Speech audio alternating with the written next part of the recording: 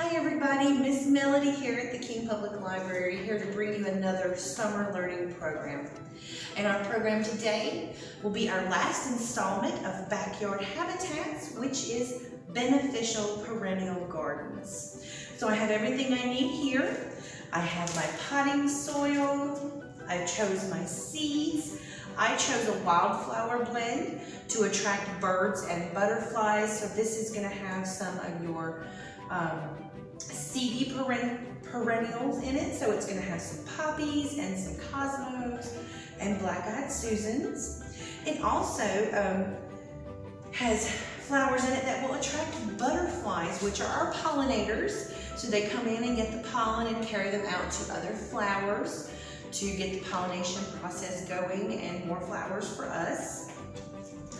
So when you're thinking about what you're wanting to plant, think about what you want to attract.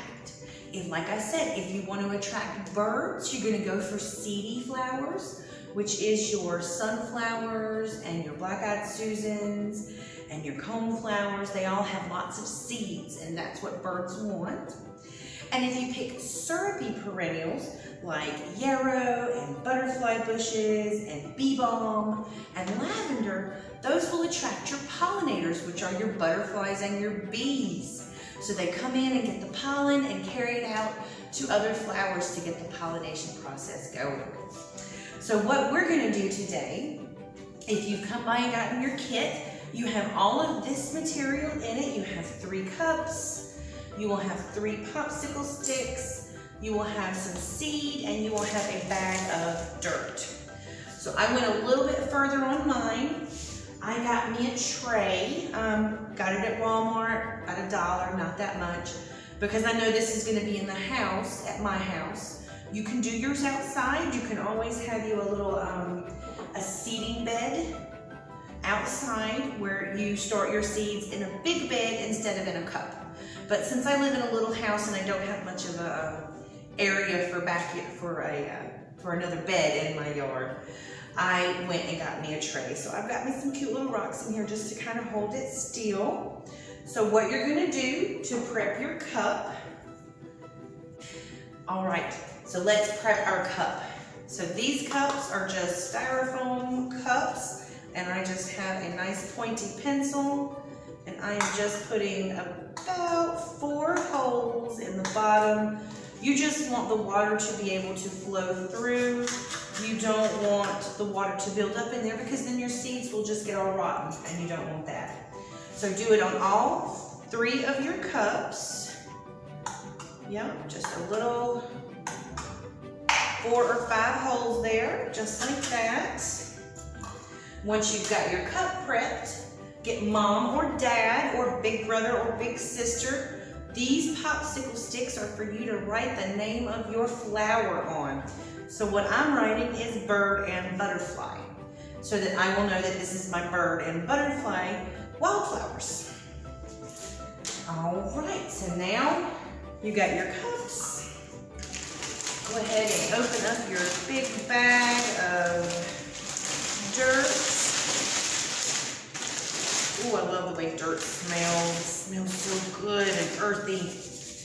All right, so I have a cup inside of my scooper, inside of my bag to scoop with. So what you're gonna do there is you're just gonna fill it up about 3/4 of the way full, just over half. Matter of fact, I think I will add just a little bit more. Just like that right there. And you're gonna do this with both of your cups. Well, all 3 of your cups. I've already got one of mine ready to go because I'm gonna show you what was in it. Over the weekend, when I left last week, I didn't have any flowers in mine. And when I came back on Monday, I have a little teeny tiny flower inside. So I'm gonna show you that here in a minute after we get done. So now you're going to take your bird and butterfly seed, or if you have mums or chrysanthemums or anything that you want to plant, go ahead and plant it. This usually says it takes about 35 days. For my little sprout, it took about 2 weeks. So it could just vary depending on conditions and how much water it has and how much sunlight it gets, and depending on where you have it at. You definitely don't want these drenched. You just want them to be moist. You want to keep them nice and moist all the time. You don't want any water standing in it, because then your seeds are just going to rot. So the best way to do your seeds is to just sprinkle them right on top like that right there. And remember, you're going to write bird and butterfly on here, so let me do that. Bird and butterfly. Just like that right there. And then I'm going to take it and I'm going to stick it right down in the side of mine so I know exactly what is in that cup. All right, now that we have gotten our dirt in there, we have our popsicle sticks in saying what flowers we have planted in here. We have our seeds right on top, and I have a cup of water. And like I said, you know, you just kind of want to get this, you want it to be nice and moist. You don't want it to be too wet. So I'm going to come in a little bit closer and let you see what I have here. This is what mine looks like, and if you look right in there, I have a little green bud, a little flower gonna start. I'm excited to see what it's gonna look like. So this is my finished product, but you can do yours however you want to. You can just have a whole bunch of cups in a row, or you can do your own little flower bed out in your yard. I'm getting mine started, and I'll move them to a nice big pot that's on my porch. So isn't that cool? And remember, when you're doing your perennial gardens, make sure to plan for what kind of animals you want around. Do you want birds to come in, or do you want butterflies and bees to be buzzing everywhere? So pick the right flower for the right garden for the right animal. I hope you guys have enjoyed this.